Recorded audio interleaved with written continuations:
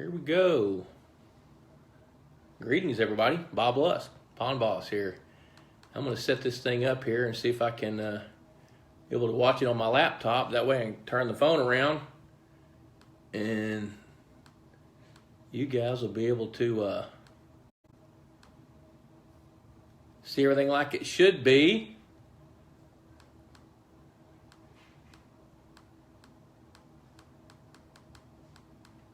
Well, I'm probably going to have to do it from the phone here, folks, which means everything's going to be backwards. My little Pond Boss sign back there. But what I wanted to do today was just to see if we could start doing some things and talk about pond management. You know, figure out some things. Looks like I see Ashley's looking. Tori Rhodes. Hey, Tori, what's going on, man? And so I'm going to see if I can get it up on my laptop. And if I can, then I'll turn my phone around and get the signs right, and then I can have all these questions that are going to be coming up. There it is right there. All right, I'm going to turn the phone around, see if I can make this thing do what it does. Okay. Flip that like that. Then we're going to turn this around like this.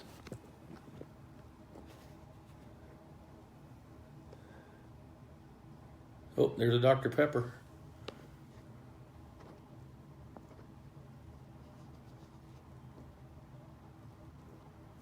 Okay,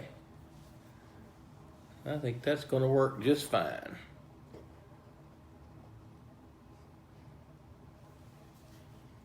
Now if I can just make it get bigger, click to enlarge. Okay, here we go. All right, welcome, greetings, Bob Lusk, the Pond Boss. Thought, okay, here we go. Oh boy, I got to figure this out. All right, welcome. I got to turn my volume down. Bear with me because I'm learning how to do this.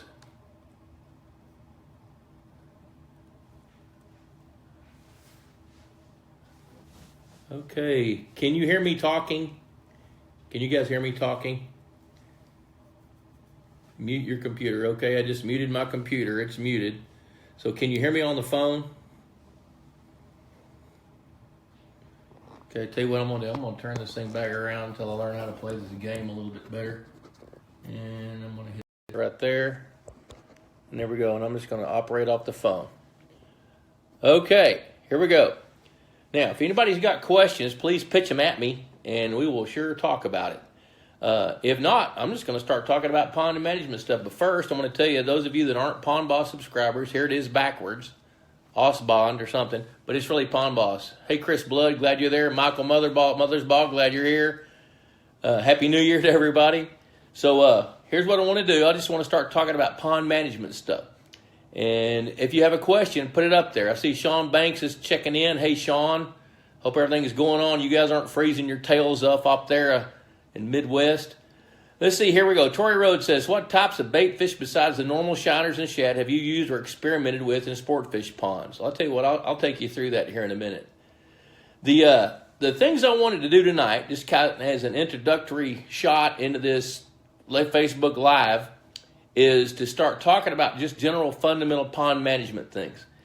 Something that's the tried and true things. You know, when it comes to managing a pond or lake, say you're going to build a pond, or you buy an existing pond, or you've got a pond. The very first thing you need to do is make sure that the dam is good and healthy. I see Michael Gray checking in. Aaron Price is checking in. Hey, Aaron, it's been a long time, buddy. And anybody who knows, nothing but hard water up there, Sean Banks says. The thing about ponds is the very first thing you got to know is you got to have a really good dam, and the dam needs to fit the watershed size. And when you've got that, you're clicking. The next thing is inside the dam is that pond or lake, and the most important thing about that is the habitat. As goes the habitat, so goes what lives in it. You know, so the very first thing we do at Pond Boss and at my pond management company, Bob Lusk Outdoors, is when we go evaluate a pond or a lake, the first thing we do is make sure the dam is safe, that it's the right size, the spillway is right, you know, and that dam is going to do the job that it's supposed to do, which is impound water and then release excess water in an orderly fashion. And that's a pretty big deal. The second thing is habitat. As goes the habitat, so goes what lives in it. Now, I think we could talk about water being part of the habitat. And water, is as healthy as the water is, that's as healthy as your fishery is going to be. So you do want to check your water chemistry and make sure that you've got good, clean, healthy water. So that's job one, check your water chemistry. What we'll do is we'll take a sample, send it to a lab, and we start trying to figure out what's going on with that water chemistry. So my wife tells me to look straight. I'm not sure what that means, but I'll be looking straight. The habitat is what animals need to be able to, and plants need to be able to thrive. What that means is you got to have the right places for fish to spawn. You got to have the right places for fish to congregate. You need highways. You need places where fish can loaf. So, and not only do you need those things, you need those things for all the different sizes of the different species of fish that you're going to have. And I think that's the most important thing. Once you've got the dam figured out, and then when you know that you've got your water chemistry is good, the next thing's habitat. And I spend more time when I'm designing new lakes at working out how to get the habitat right than anything else we do. Because if you've got excellent habitat for the different sizes of the different species of fish that you want, your success is going to be much, much more likely. Now, along those lines, one of the first things we tell a new subscriber to Pond Boss or a new client is you need to have goals. So we know what you're going to be doing.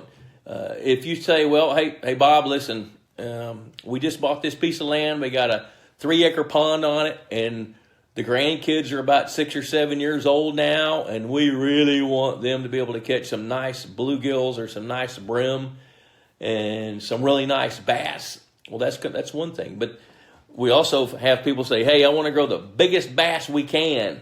And then there's others that say, you know what, I really would just like to have some good catfish to eat. So first thing we need to do there is got to know what your goals are. And once we know what your goals are and what your timeline is, that's when we start getting in there figuring out what to do about habitat and such. So there's your starting point, habitat. The next thing to think about is the food chain. And that's where the question came up earlier. Other than shad and shiners, what are our go-to bait fish? When you're talking about a good, healthy fishing pond, bluegill sunfish are the backbone of the food chain. Now, you've got a number of resources where you can go read more about this. Of course, Pond Boss magazine is one of them. And if you're not a subscriber, I know the guy that puts it out, produces it. Just give us a call and we'll help you take care of that. I see Alex Short's asking about prawns. I'll talk about that in a minute. The bluegill are the backbone of the food chain for a largemouth bass pond. And the reason they are is bluegill spawn several times a year. Now, in the South, they may spawn 4 or 5 or even 6 times a year. So they can just have enough babies to be able to support the entire food chain. Now, I don't particularly like to use just one species of bait fish. I think it's a wise idea to use more than one kind. And that's where the question came in, shiners and shad. Well, depending on where you are in the world, and we're going to probably zero in mostly on the United States. If you're south of the Mason-Dixon line, raise the laptop up on a stack of Pond Boss magazines to make it. Hey, Happy New Year, Jim.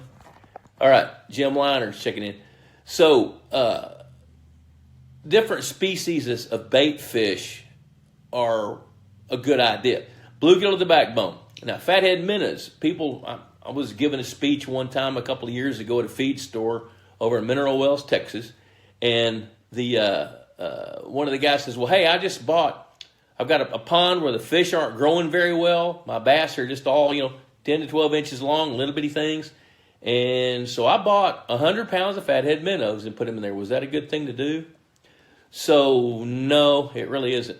Fathead minnows serve really 2 purposes. One purpose they serve is to be able to grow the first year of newly stocked largemouth bass. That's a big deal. Fathead minnows are also a good bait fish to stock when you want to have a catfish pond.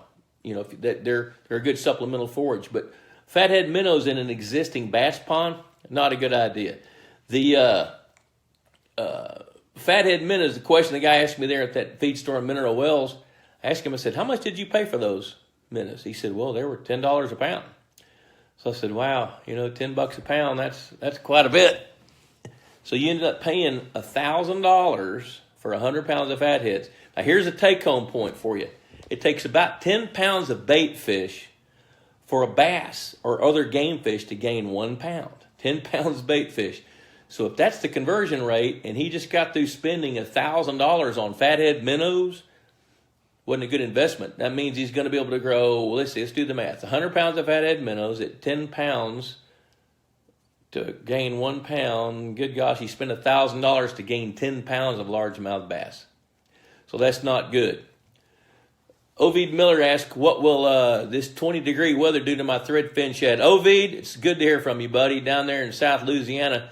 Well, here's the answer to that question real quick, and then I'll circle back on the topic. Threadfin shad die when the water temperature hits 42 degrees.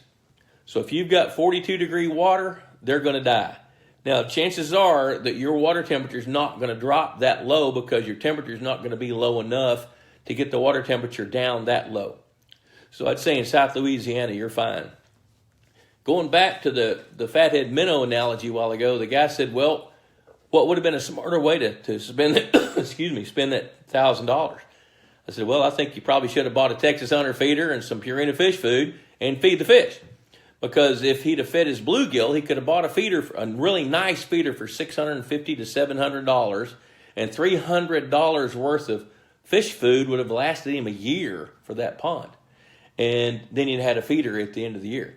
So I think that in his case, instead of buying fathead minnows to stock in there, then that would have been a whole lot better. Okay, Andrea Powell's asking a question. How much food is necessary for largemouth bass to maintain weight? Say a 5-pound largemouth bass. Well, all right, so Daniel's asking that. Okay, Daniel, here's the answer to that question. The amount of food that it takes for a fish to maintain its weight is directly proportional to how much they have to move around.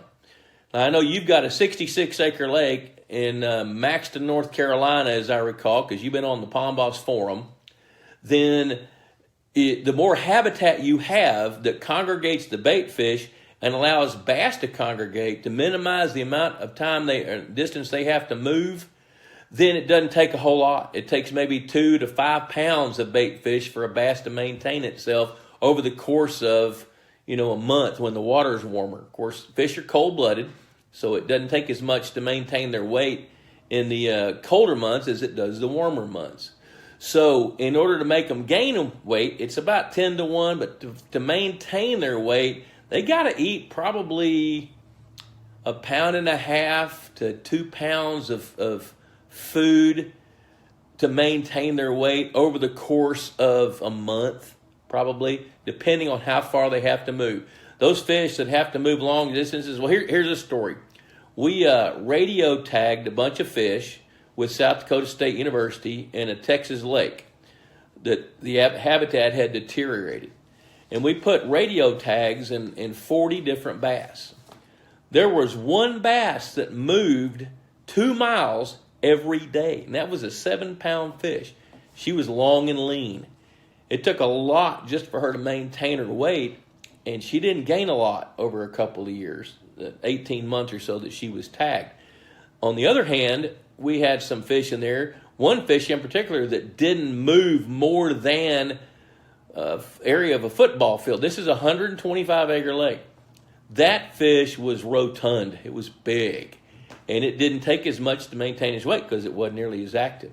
So there's the answer to that. And it depends on each fish, and it depends on the habitat. So it circles right back to that concept of habitat. The more habitat you've got, the better habitat you have, the more efficient your fish are going to be, and the better your fishery is going to work.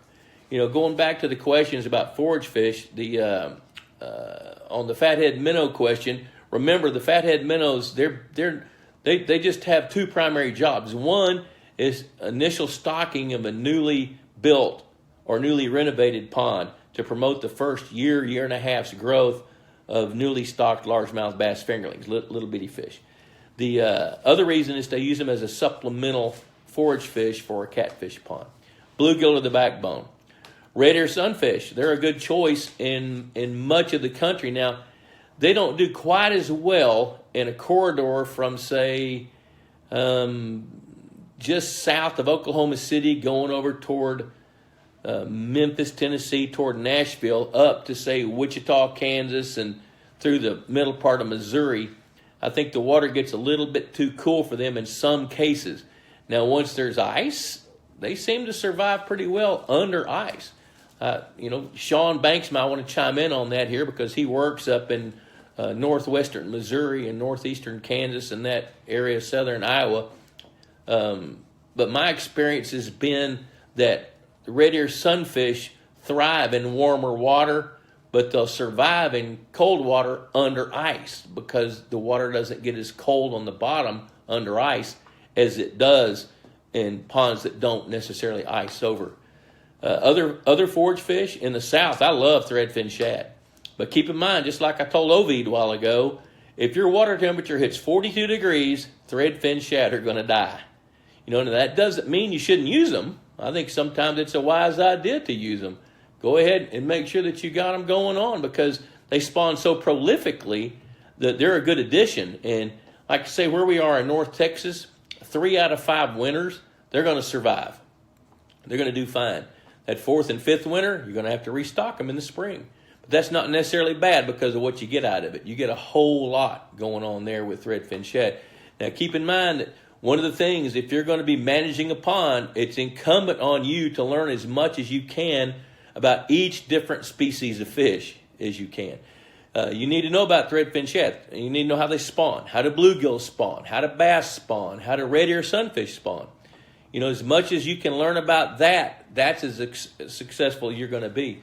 We're managing a property in southern Oklahoma where there's about a 65-acre lake, and we built a bunch of hatchery ponds for them. And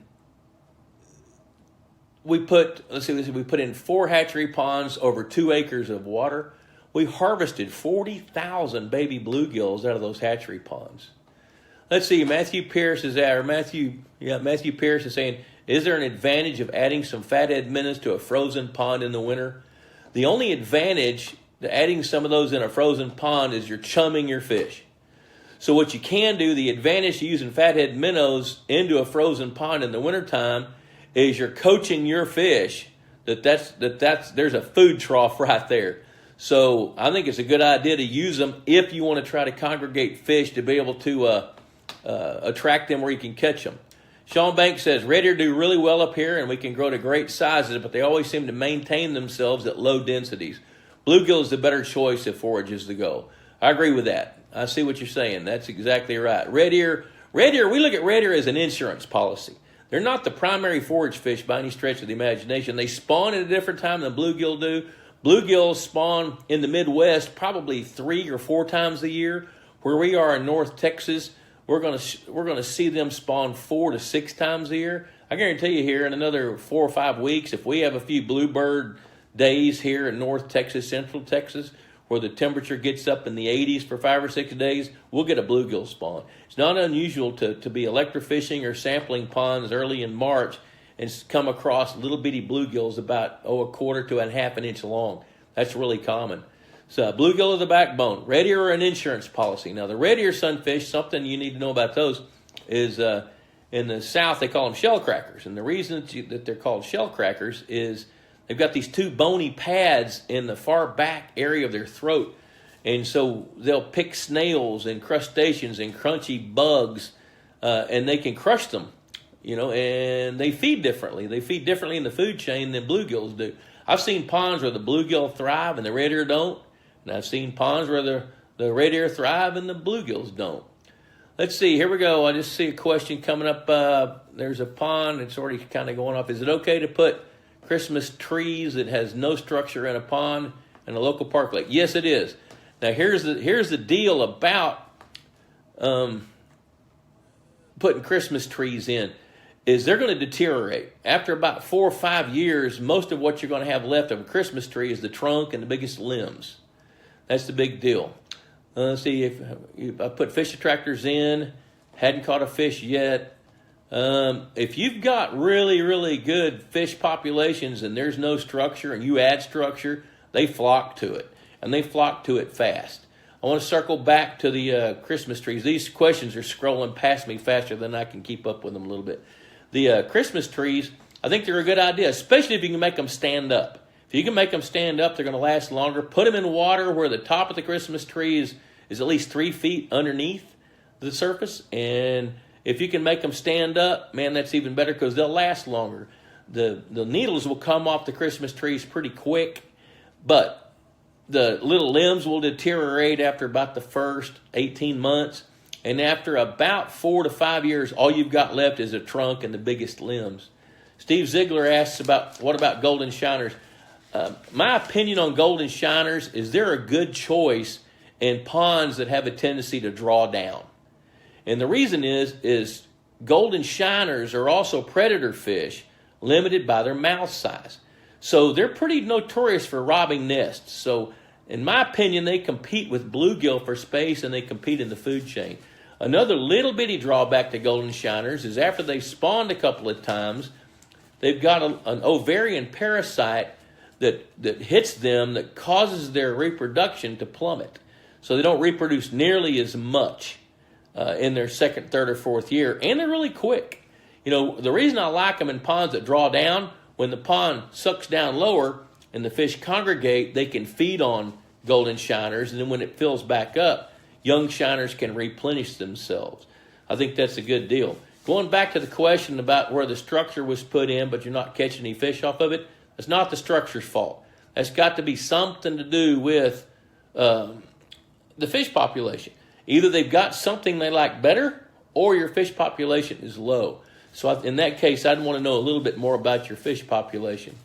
Oh, Jim Liner's checking in from Ray Scott Outdoors, and Ray just recently sold the President's Lake and his lodge. It says, my water temperature was 44 degrees here in L.A., Lower Alabama.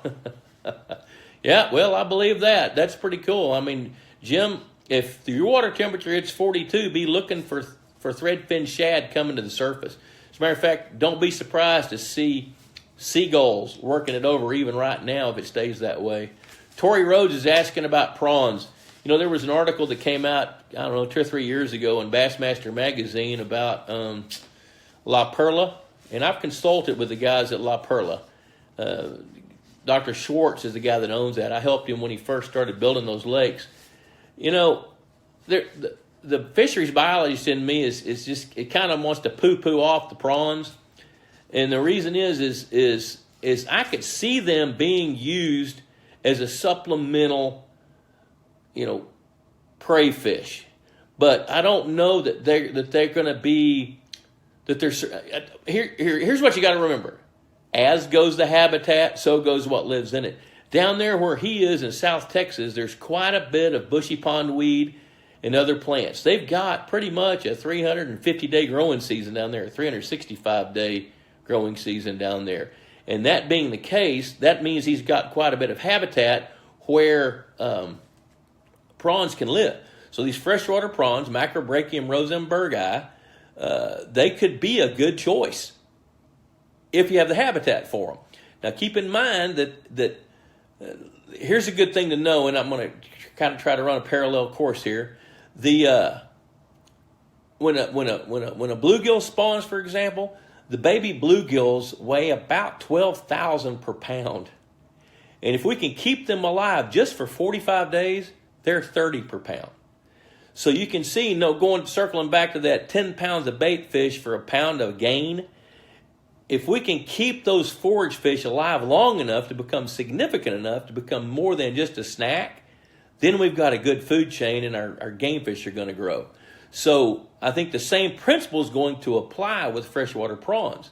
The thing is you got to have what prawns can live in. They're not going to reproduce. What you stock is what you get. Now, what they do down there in South Texas at La Perla with the prawns is Gary Schwartz has built a whole bunch of hatchery ponds where they grow them, feed them, and then release them into the lake and then do it again. So they do that twice. Let's see. Zach says something about Overrun with largemouth bass, trying to figure out how many bluegill, red ear, and catfish to add to the 6-acre lake in Illinois. Okay, that question's already scrolled off. Hit me back with that again, and I'll try to answer it. Hello, Philip Wildman, Alex Short. I'm having a hard time keeping up with everybody saying hi to you. I'm glad you're here. Thank you. The next thing to talk about as we're, okay, let's see. Jason Nepstead, 130-acre private lake in the Sandhills in North Carolina. The only structure is some small docks, no grass. Guess having someone shock the water would be a good first. Absolutely, yes. Electrofish that lake. And if you need some referrals, the Pond Boss Resource Guide is a great place to go. On our website at pondboss.com, we've got a resource guide, or if you'll give us a call, we'll send you a copy, or give us a call, we'll refer you. Send me an email at info@pondboss.com, and I'll refer somebody that can help you do that. We've got some really, really good people in our network, in the Pond Boss Advertiser Network. So yes, shocking it is a good start. As a matter of fact, I would bring somebody in, depending on where you are in North Carolina, in the Sandhills. You know, we may be talking about Solitude Lake Management. We might be talking about Johnny Foster Lake Management. Both those guys are over there. Both those companies are really good. But I would have them evaluate the habitat as well as come up with in Fayetteville. Okay, well, that's probably going to be Johnny Foster. I think that's a good one. Okay, Zach says, DNR Shocked Lake says, Overrun with bass, wondering how many bluegill and Redear Sunfish to add this winter. Okay, and hey, Jerry Siebert. You know, when you're overrun with bass, I think it's a wise idea to start taking some bass out. So if you know you're overrun with bass, it's not necessarily a good idea to go ahead and start stocking some bluegills in there. I think it's smarter to start culling some bass, figure out what you can do to increase your productivity of the water, to be sure that your baby bluegills can survive, and then stock bluegills that are big enough to escape predation. And to me, if we can stock anywhere from 75 to 150 adult bluegills per acre and feed them and make sure your water's got some fertility to it, then you're going to be more likely to be successful with that, stocking bluegills. All right, and let's see. I was going to circle back to the I talked about golden shiner. Somebody hit me with another question real quick. As we're waiting on that, I'm going to move on. We've talked about making sure the dam is good. That's job one. Water is good and healthy and clean. Let's see. Andrea Powell says, that's, okay, we got it. Can you put out too much dense cover for brim, making it hard for largemouth bass to feed, or the more the better? Okay, here's the best answer for that. If you've got somewhere between 20 and 30% of the surface area of a lake with some kind of habitat, whether it's spawning habitat, aquatic plants, places to congregate, fluffy brush, good cover, you know, Christmas trees, brush piles, rock piles. Here's your number. 20 to 30% of a lake needs to have some kind of habitat. If you get as much as 50%, that's too dense. I've actually worked on lakes that had 50 to 60% coverage of coontail, and it was teeming with bluegills and minnows, but the bass were skinny. They couldn't feed. They couldn't get into it. What's the best way? Zach says, what's the best way to get big numbers of bass out? The lake has limits, technically. The DNR shocked it, but said they couldn't take them out for you. Well, let me address that, because that's kind of a two-part question. In my opinion, electrofishing is the smartest way to do that, because you can go in there and randomly remove the numbers of fish and be selective about which ones you take out. If you try to fish them out of a pretty good sized lake, odds are pretty high that you're going to be catching some of the most aggressive fish. And aggressiveness, the nature for fish to bite a hook, is inherited. So if you start taking out too many of those smaller fish, you could be at some point taking out those that you can be depriving the lake of some of the most aggressive fish.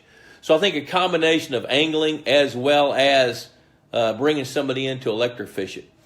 And I kind of like to see the data on that lake. Send it to me and I'll help you with it. Jim Fritch says, 1 acre pond iced over, try to keep it open. Waco, Texas. I'll tell you what, I'm going to say in Waco, Texas, let it ice over. There's nothing wrong with it. Matter of fact, with this cold snap we've had the last few days, it helps actually insulate the pond from getting colder.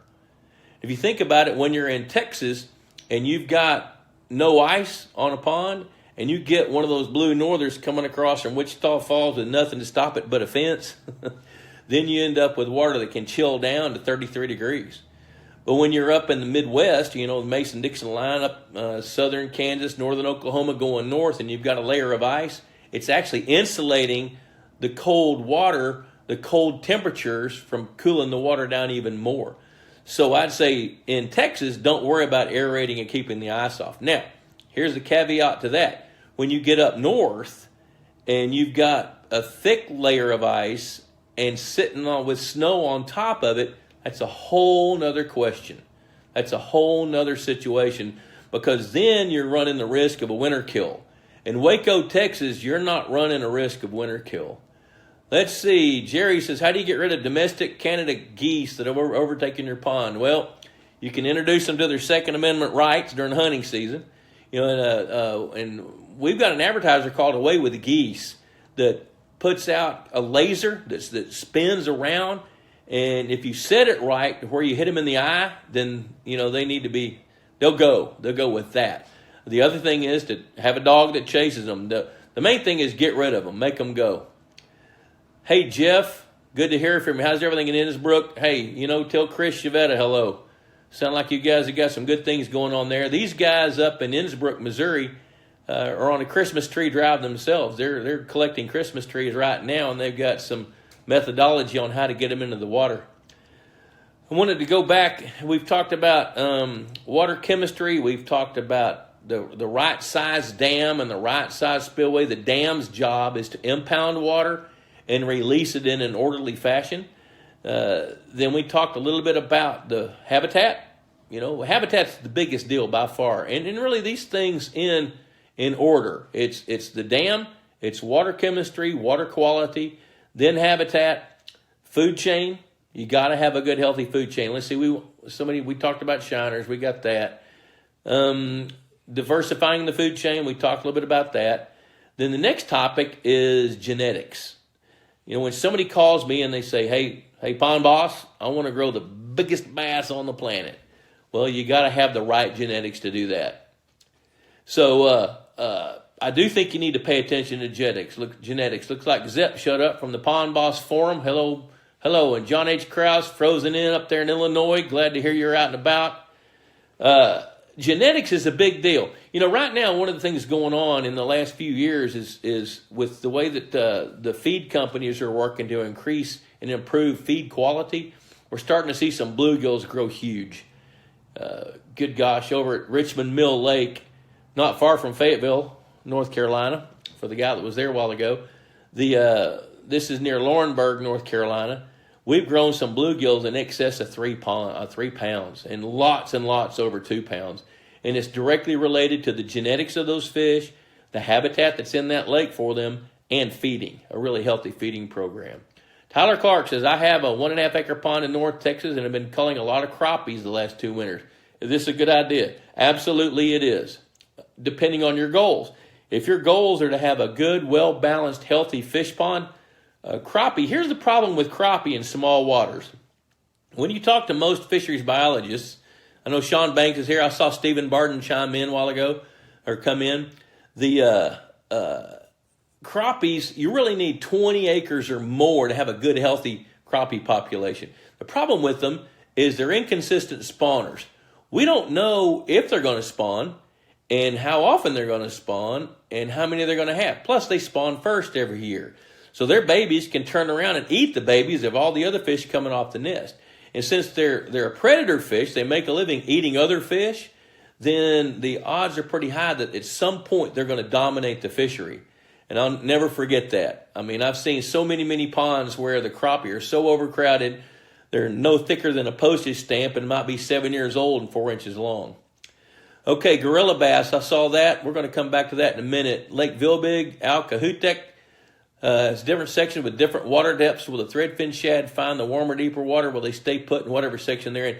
They're not smart enough to go to deeper water, but where they are, they're going to try to seek the temperature where they are. I don't know that they're going to go across the lake to try to find deeper water, and I know Lake Vilbig pretty well. I've studied the maps of it, and I've been on it many times.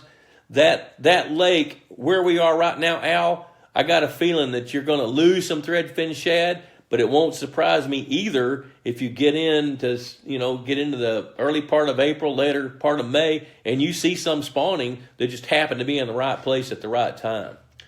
Gorilla bass. Gorilla bass, are they all hype? No, really they're not. Gorilla bass, that's kind of a trademark deal that American Sport Fish Hatchery came up with.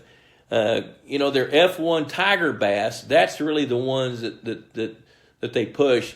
The gorilla bass, those are hand-selected or culled, genetically selected, fast-growing, aggressive, larger northern strain fish.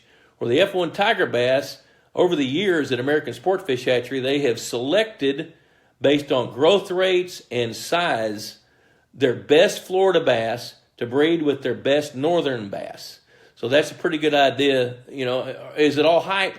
You know what? It depends on the lake. I've had some really good success with the F1 tigers, the gorilla bass, in northern waters or waters where it gets too cool for Florida strain fish. I think they're a good choice. Are they any better than other fish? I don't know. My gut tells me they're not, because even though these fish have been genetically selected for growth rates and sizes, let's do it this way. Let's say we've got a female Florida bass that weighs 13 pounds. We know that she's got the propensity to get big because she did. But if she has 100,000 eggs, what are the odds that any of those fish are going to be as big as she is? The odds are astronomical that they won't. And the odds are because, first of all, half of them are boys, and boys don't get big.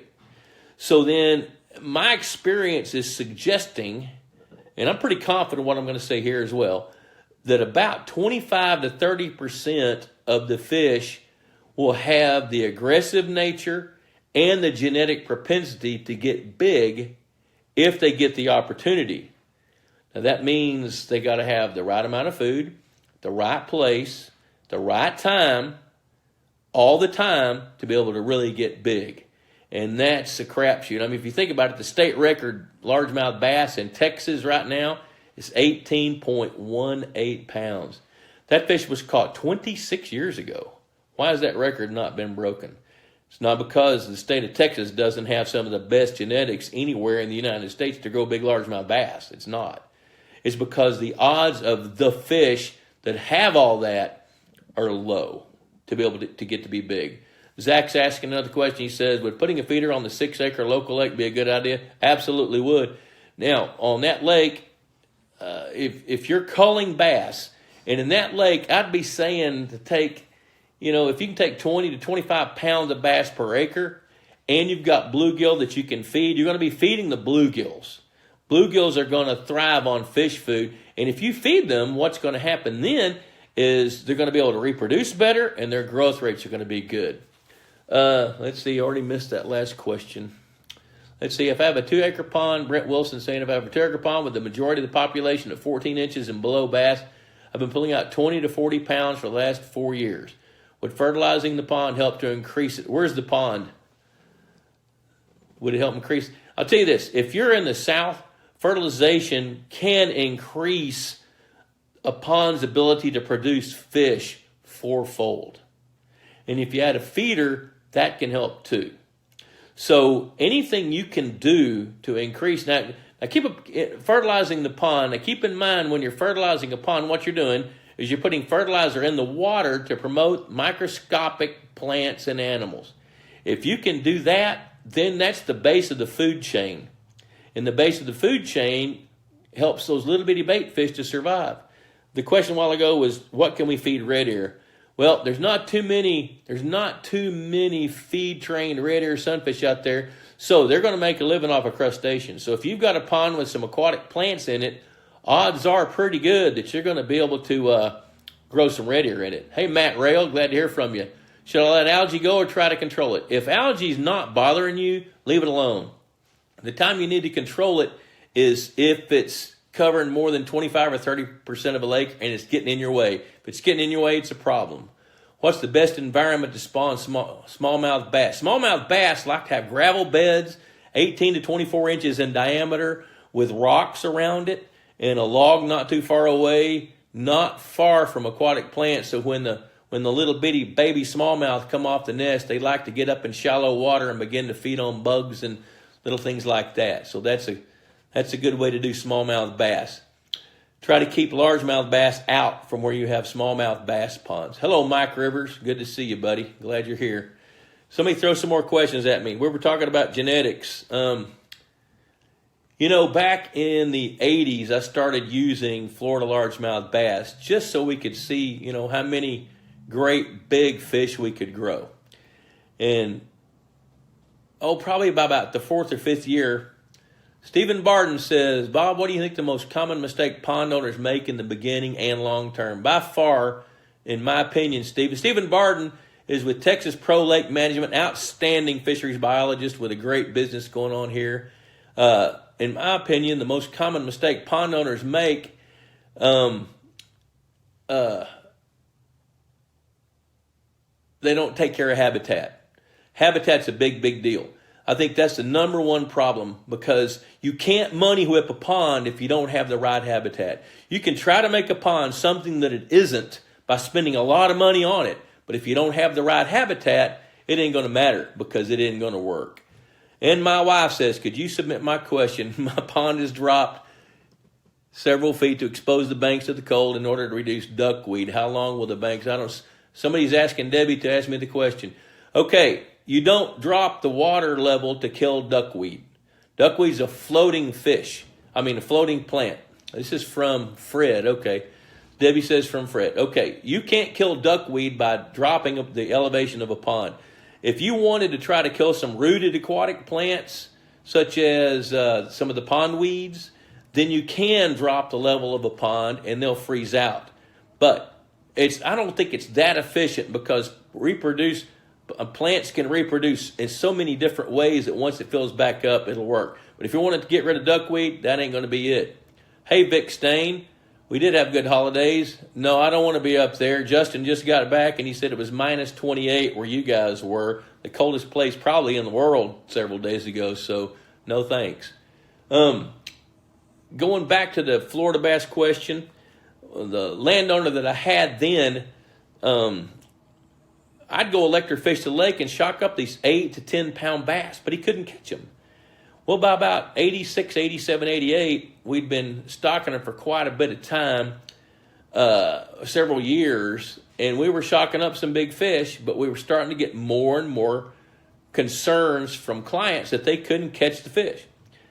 So at that point, I started thinking, they have to be acting different, because I know this, a 13-pound bass doesn't get to be 13 pounds because it didn't eat. It did. It ate a lot to get that big. So, happened to be an American Sportfish hatchery back. This was probably in 1991 or 92, right after Pond Boss magazine started. I was with Mark McDonald, and Barry Smith and Don Keller were there, and they had they brought their brooder fish up, and they were going to breed them. And so I said, I'm getting some questions from people that are not really complaining, but concerned that they can't catch their Florida bass. Are they different? So they said, watch this.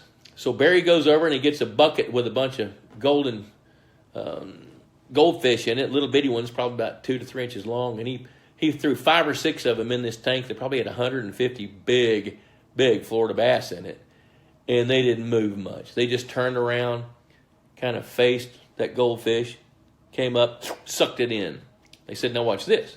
And they took that bucket over to where the northern bass were, and they threw 5 of them in. It was like piranha. They just annihilated those fish, bam, and they were all gone within 30 seconds. They said, now watch this. And he took that bucket and he got a big net full of goldfish out, threw them into that tank, big round fiberglass blue tank full of fish. And those Florida bass, they didn't bolt, they didn't lunge. They turned and started looking at those fish and started picking them off one by one, much more slowly. The northern bass, it was a frenzy. It looked like a murder. It looked like gangsters. Man, they were tearing people up. They were eating those goldfish, just chomping them down. And he said in the morning, there won't be any goldfish left in that tank full of northern strain bass. And over there where the Florida bass, there'll still be 2 or 3. So they're finicky. They're picky. They eat, but they behave completely different. Now, there's a question that scrolled by about a 22-acre lake. I missed that one. It's already gone. Timothy Phillips is saying, is wood, Christmas trees, and such, along with some cattails and artificial PVC structure, enough structure at 30%, or is, and I didn't get the rest of that.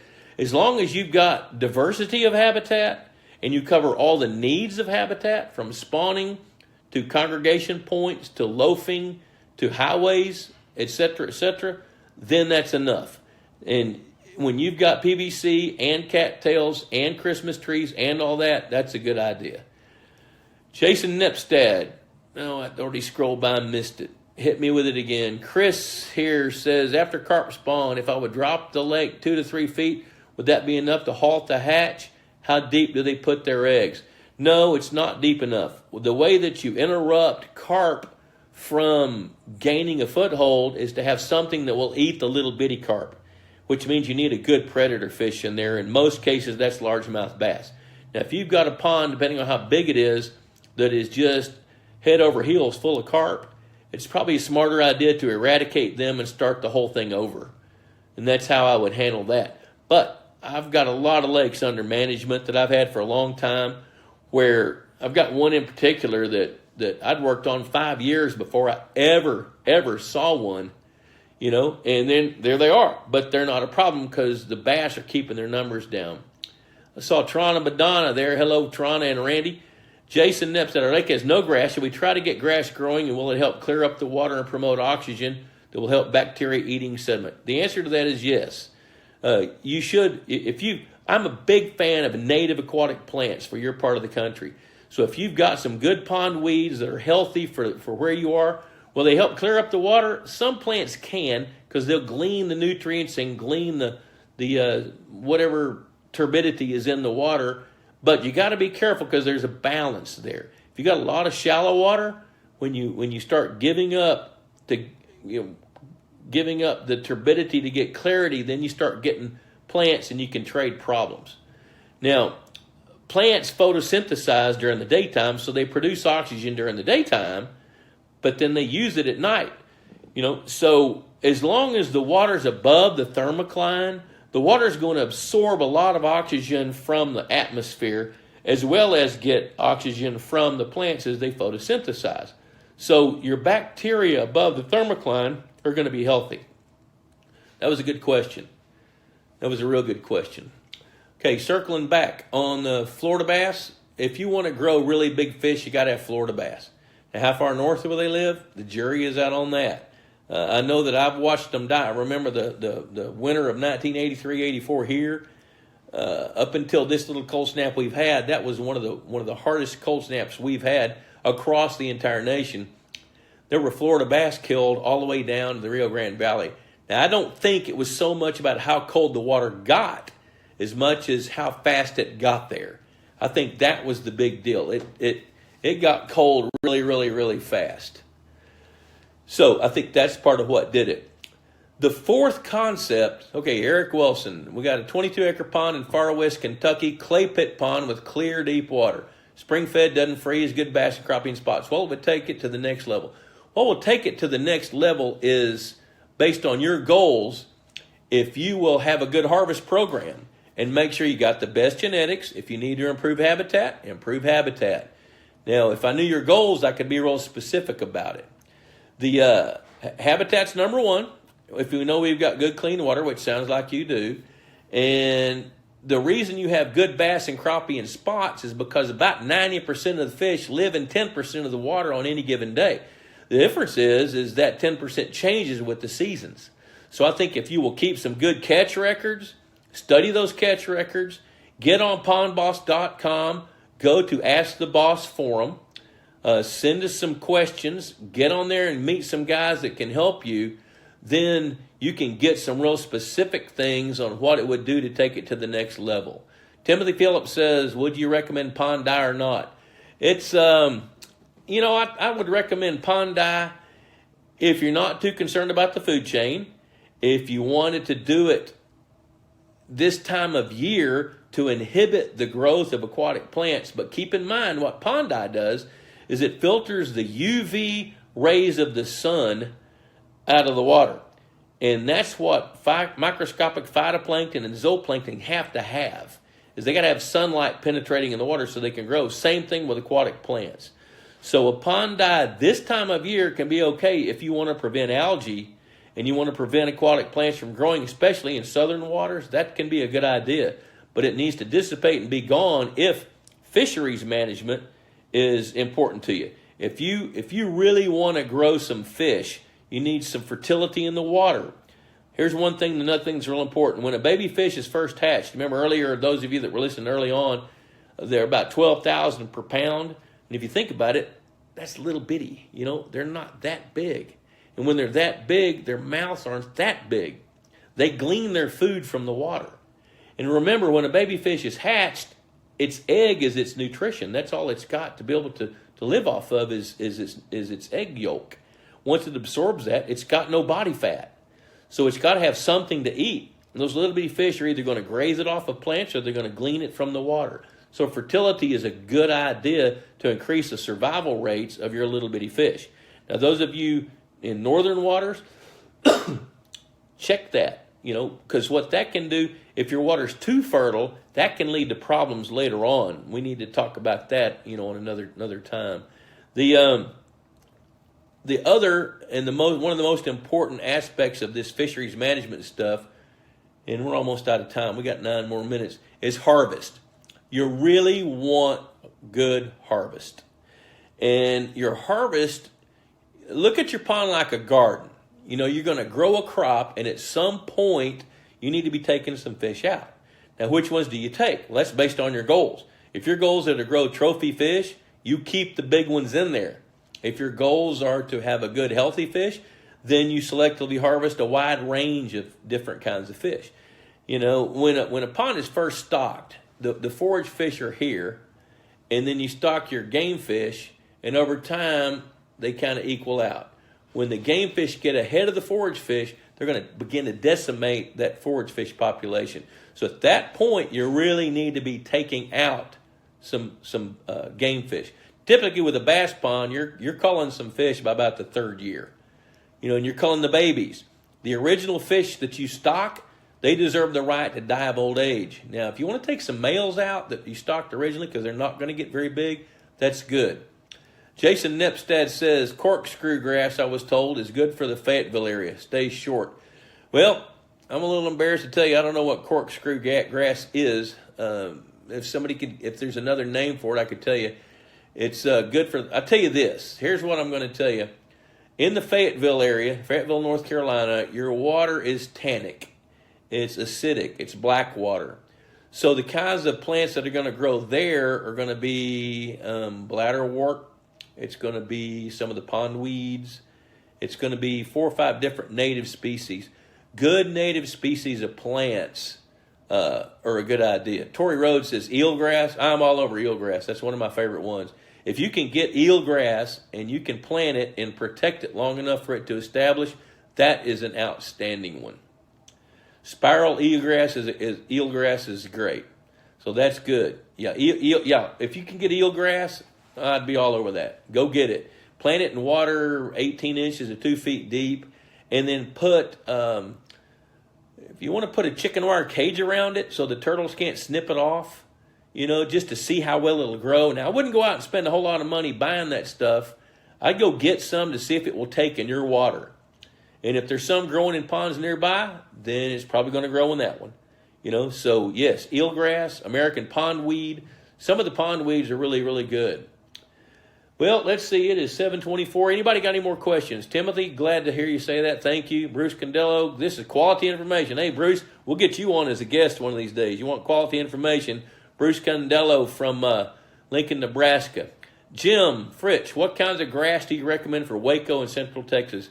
My favorite one's there. I love eelgrass if you can get it, but my other favorite one there is American pondweed. American pondweed doesn't grow so dense that it becomes a problem, and fish can navigate in through it. Plus, with American pondweed, it's got some leaves that look real similar to willow leaves, and they lay on top, and bacteria and paraphyte can grow on the bottom of those leaves, so it's good for grazing for all kinds of insects. That's the ones I love as well. All right, let's see. Who is hiring fisheries biologists? Send me a text or send me an email, Alex Short. we can talk about fisheries biologists because we may be looking at to hire somebody. Tory Rhodes, any kind of rushes do you favor? You know, I think some of the nut grasses, and I think some of the bulrushes that are short are pretty good, especially in ponds that have a tendency to erode around the edges. But I also like Louisiana irises for that. I like that as well. So, you know, if you guys can find that sort of thing around the perimeter, that's where you want to use rushes, around the perimeter. And there's all kinds of perimeter plants. There's arrowhead, there's Louisiana irises, there's different rushes. You can get dwarf cattails. The thing about cattails is if you get big cattails, they can become pretty invasive pretty fast. One thing to remember about aquatic plants is, hey, Dave Terry, glad you're aboard, buddy. The thing about aquatic plants is they grow where their habitat exists. You know, if you've got the right water quality, the right water chemistry, sunlight penetration, and food, you're going to get plants. And some of those plants we like, some of them we might not like. So, we're coming up on, let's see, 7:26. Let's see, what aquatic plants do you like for Iowa and upper Midwest area? You know, I kind of like curly leaf pondweed. I like American pondweed there as well. And I tell you this, any native plants are pretty darn good as long as they don't invade. That would be good. There's Eli Bridges. I know who he is. Craig McBride. Hey, hello. Somebody just asked, are we going to do this again? This is the first one we've done. I just wanted to see what the reception would be like. And at any given point, it looks like we've had anywhere from 35 to 40 people on, so that seems to be worth it. So what I'm going to try to do is do this every Wednesday evening, if it works, and then we'll see where we can go with it. Here's your resources. You've got Pond Boss Magazine, and if you're not a subscriber, send us an email at info@pondboss.com, and we'll send you a sample copy of the magazine. Our Facebook pages are pretty informative. We also send out emails, newsletters, and then there's the Pond Boss Forum, which is very helpful. The Pond Boss Forum has been going since 1998, and we had to change formats in 2002. There's probably 400,000 posts there, and a great group of guys. I would encourage you to go there as well. So, still doing the buy one, gift one special. I'll do that. If you'll call the office, 800-687-6075, or send us an email at info@pondboss.com, then we'll see about doing that buy one, get one. I'd be happy to do that just to bring more people into the family. Ethan Lovelace, good to see you. Jim Fritsch, do it again every Wednesday. We're going to see how that works. I'll go do it again next Wednesday, and we'll just see where it goes from there. So in the meantime, you can get in touch with me. Send an email, info@pondboss.com. There's 5 of us that get it. Somebody will holler back at you pretty quick. And pondboss.com, I think I've covered all the bases. So thanks for tuning in, and we will do it again. Chris Blood, thanks for tuning in, buddy. Texas Hunter Feeders. Chris Blood, they're our favorite go-to feeders. Matthew Pierce, glad you joined us. Thanks, Timothy Phillips. You're up to 52. Hey, okay, that's good. And Bruce, as always, appreciate you. We'll do it again next Wednesday at 6:30. Adios, Pond Boss.